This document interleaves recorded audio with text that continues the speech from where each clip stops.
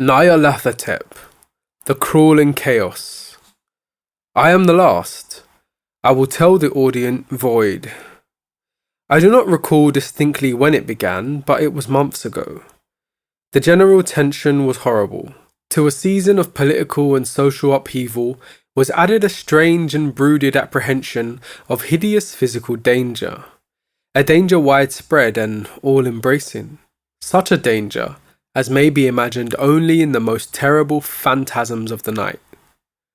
I recall that the people went about with pale and worried faces and whispered warnings about prophecies which no one dared consciously repeat or acknowledge to himself that he had heard.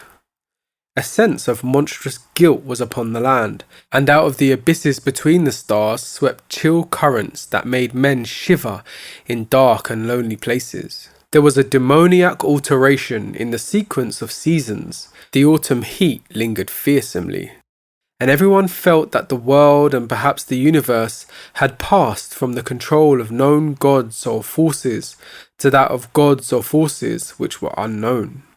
And it was then that Nyarlathotep came out of Egypt. Who he was, no one could tell, but he was of the old native blood and looked like a pharaoh. The fellaheen knelt when they saw him, yet they could not say why. He said he had risen up out of the blackness of 27 centuries, and that he had heard messages from places not on this planet.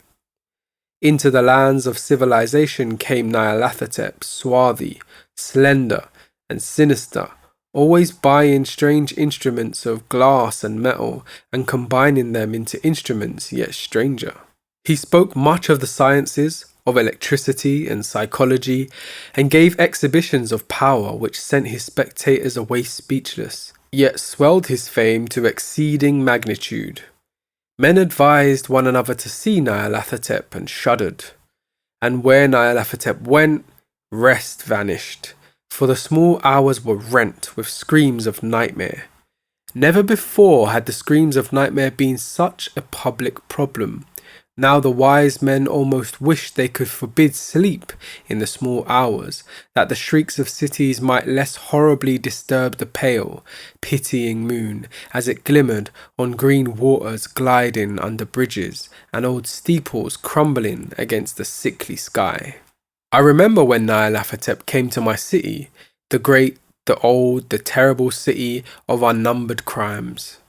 My friend had told me of him, and of the impelling fascination and allurement of his revelations, and I burned with eagerness to explore his uttermost mysteries.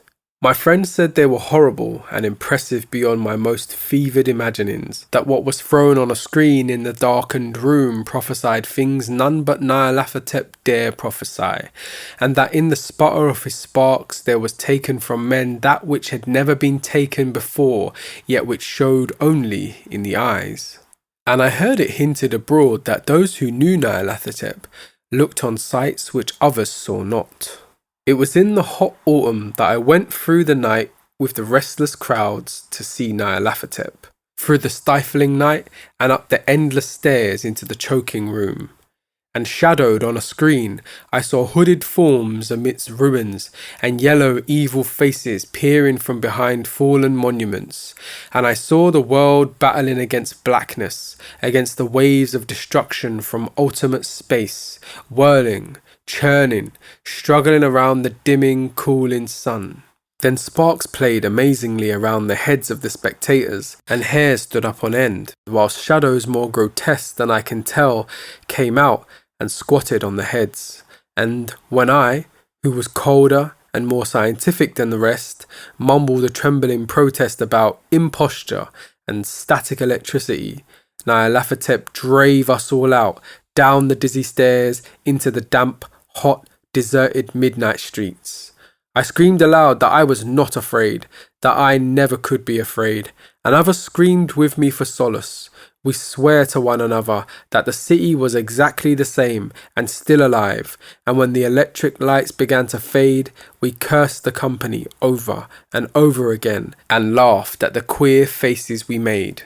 I believe we felt something coming down from the greenish moon, for when we began to depend on its light, we drifted into curious involuntary marching formations and seemed to know our destinations though we dared not think of them.